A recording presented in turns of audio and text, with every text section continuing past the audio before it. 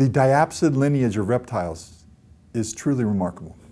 It started off in the Pennsylvanian, began as relatively small organisms that had an active lifestyle that required they had a lot of protein in their diet. They ended up generating a fair amount of some of their body heat. And they were not successful in ruling the planet until at the end of the Permian, a meteor impact conveniently hit the planet. And the result of that was to knock their competitors, the synapsids, off of the pedestal of being the top predator of the terrestrial environment on Earth. So after the Permian-Triassic boundary at 252 million years and moving into the Triassic, we had a template that was open in terms of ecosystem space where the diapsid lineage could radiate. And the previous dominant groups, the synapsids, did very poorly, and they became dominated and preyed upon by the diapsid reptiles that were evolving. So let's look for a moment about what some of the attributes are that make up the group of the diapsids, because we still have diapsids in the modern day environment, and it's important to recognize what these are. So there are basically four major groups of diapsid reptiles. The first one we called them thecodonts, and the thecodonts were the ones that eventually evolved into the dinosaurs. And the thecodonts included both herbivores and carnivores, and they were able to access both the marine environment and the terrestrial environment. The second of the great groups of the diapsids, if you will, are the crocodiles. The great saltwater crocs that we still have in places like Australia.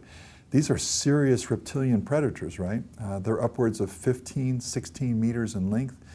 They're enormous organisms. And they've now evolved into basically two major groups. That's the crocodiles and the alligators. The next distinct group of diapsids we want to think about are the dinosaurs themselves. Now, all dinosaurs went extinct at the time of the Cretaceous-Tertiary KT meteor impact. But the dinosaurs were very diverse, and we want to visit what that diversity is composed of. Then the last of the major groups of the reptiles were the pterosaurs, and they were the flying diapsids. So this group of diapsids that took to the air and really mastered winged flight. So what we want to do is look at representatives of each of these. So one of the groups that are relatively poorly known in terms of their exact phylogenetic relationship to the ongoing evolution towards dinosaurs is a group called the ichthyosaurs.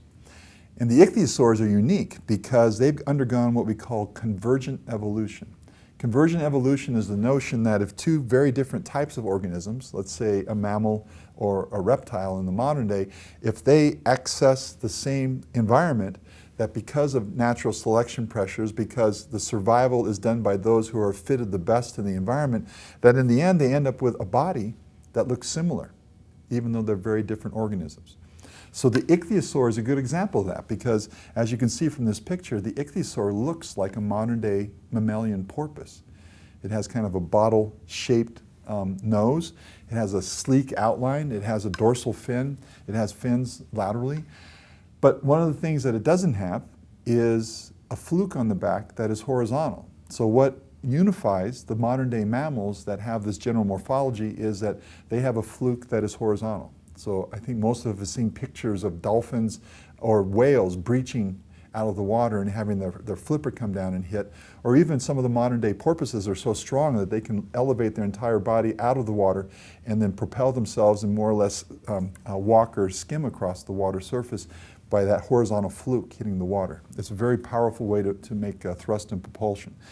But the ichthyosaurs did not have that. Now remember, the ichthyosaurs were diapsid reptiles that had branched off on the tree of life going towards the dinosaurs. So these are not dinosaurs, but they're on the evolutionary branch going towards that. So we have a reptile that looks like a porpoise. And not only did they have the general morphology of this, except for it had a vertical fluke instead of a horizontal one, is that, again, these were reptiles, and one of the differences between reptiles and mammals is that the mammals have a womb and can incubate, if you will, the juveniles inside the womb to a relatively advanced stage before having them leave the womb. The reptiles have to rely on an amniotic egg, and that egg has to hatch outside of the body of the animal. So again, Chickens and dinosaurs, they both utilized nests to put their eggs into and hatch those eggs. Now, what the ichthyosaurs did was they kind of played the game both ways, where they were definitely reptiles and they had their eggs hatch outside of their body. But as soon as the eggs hatched, the juvenile swam immediately into a modified pouch that was on the lower backside of the ichthyosaur. So it would swim to the pouch, and then that juvenile then grew up to a very advanced stage within the pouch. Now, these were air breathers, right? They were reptiles that had lungs. And so once that organism, once the juvenile organism left the modified pouch, both the mother and the juvenile would have to swim up to the surface of the water for that juvenile to get its first big gulp of air. But there was a problem. We see in the fossil record that there are many female ichthyosaurs that died in the process of having the juvenile leave the modified pouch. Now, you can say this, they died during childbirth, but remember, it's not a womb. These are juvenile reptiles that are leaving a modified pouch that was up inside the body cavity of the mother. And for a variety of reasons, one of the most direct ways to evaluate this is that they simply grew to be too large before they tried to escape from the pouch. And so they only came out part way. So as you can see from this diagram, we have a very good example of having ichthyosaur fossils, especially in the Jurassic time period, in which you see half a juvenile coming out the back of the modified pouch, which went all the way up into the lower back side of the rib cage of these ichthyosaurs. So the ichthyosaurs are very famous, and they were good hunters. They were very abundant. They were throughout the oceans of the world at that time period. So the ichthyosaurs is one important example of the lineages that were evolving off of the main line that was moving towards the dinosaurs. Another one that's really important to us is a group called the plesiosaurs. These long-necked reptiles that were very fast swimmers because they had large flippers that were on the order of meters in length. And these were large organisms, upwards of 10, 15 meters in total length. And they were great swimmers and fishers, and they actually had such a strong jaw that they were able to feed upon one of the other classic invertebrate fossils of the Mesozoic, and those are called ammonoids. And the ammonoids, as you can see in this picture, was a squid-like organism that lived in a shell that spiraled. And what it did was it produced this gas and it floated in the water column. And so the plesiosaurs had such a strong jaw that they could come in and just grab these floating restaurants, if you will, that were in the water column of the Mesozoic seas, and they were strong enough to snap that shell and then get the squid-like ammonoid out of it and eat it. The plesiosaur is a great example of the diapsid lineage then evolving towards dinosaurs, but again, this is a very distinct phylogenetic diversion off of the main line that evolved towards the dinosaurs. They're related to dinosaurs, but they are not dinosaurs themselves. And you remember, there are some of these thought possibly to be living in the modern day environment. We've all heard of the Loch Ness Monster. That's a plesiosaur. So whether or not plesiosaurs still live in the modern environment, that's up to you. But we have an extensive and beautiful fossil record of the plesiosaurs. Another one of the thecodonts were the crocodiles. And we have the crocodilia still in the modern day environment in the form of both alligators and crocodiles themselves. The last group we want to think about are the true dinosaurs. Now, the dinosaurs started off, the true dinosaurs were in the mid to late Triassic. But even at the very beginning of the radiation of the dinosaurs, we saw that two major families of dinosaurs came up. The first of these was called the ornithischians. And in this diagram, which branches upward, so immediately in your mind's eye, you should say to yourself, okay, I'm looking at geological time going from older at the bottom to younger at the top, and I'm seeing the tree of life from the side. So in this diagram, we see that there's a root stock at the bottom, and then it's diversifying upward. And the way to think about this in the overall Carl Woesian tree of life is that we're now zooming in on some of the branches that are high level within the eukarya.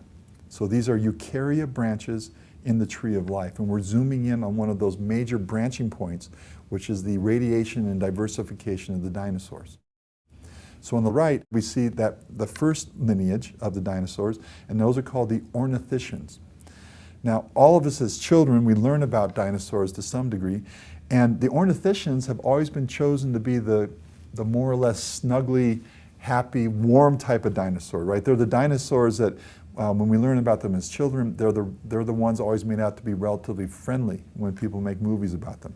So things like the Triceratops, the three-horned, very, very large dinosaurs, the stegosaurs, the ones with the plates across the back, the horn-billed hadrosaurs, the ones that could stampede in herds and make all these trumpet types of sounds. All of those were part of the ornithischians.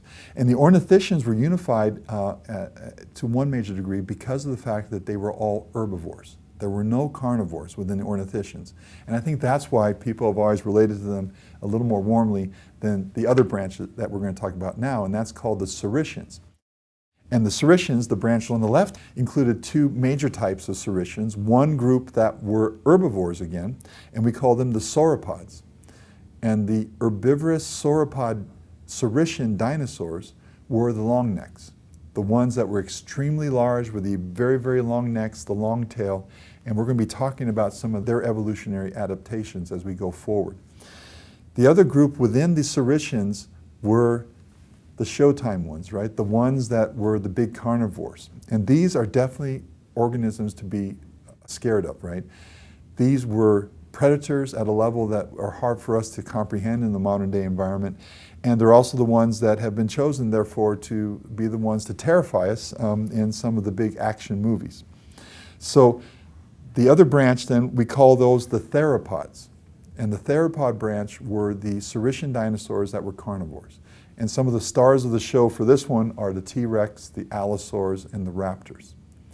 Now importantly, that last group, the theropods that we just described, that's also the group that evolved eventually into the birds. So we have good evidence that modern day birds have evolved from the theropod dinosaurs. But interestingly enough, that diversification, it didn't wait until the Cretaceous. It actually started diversifying, and we have good evidence of the transition through a fossil called Archaeopteryx to go from saurischian dinosaurs into birds as early as the late Triassic and into the early Jurassic. So when you look at a phylogenetic tree, one of the first questions that should rise in our mind as we look at evolutionary biology through time is, where does time actually start and stop? Where does geological time bifurcate? Which events took place when? And it's a very, very complicated puzzle. So the phylogenetic tree that I'm showing you is a generalization. And remember how I said, well, you were looking at the tree from the side because you see branching going upward.